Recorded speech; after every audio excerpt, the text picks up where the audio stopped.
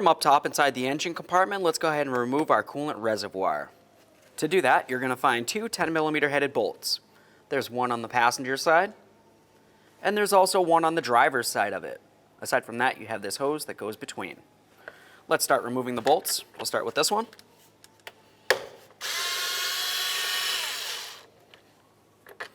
Take that right out of there, set it aside, do the same to the other one.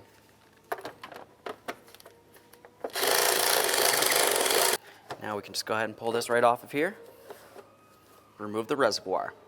Just going to bring it right down. We have this little bobble right here. That needs to line up with its corresponding hole. Line up both of your bolt holes, start them in, and then snug them up.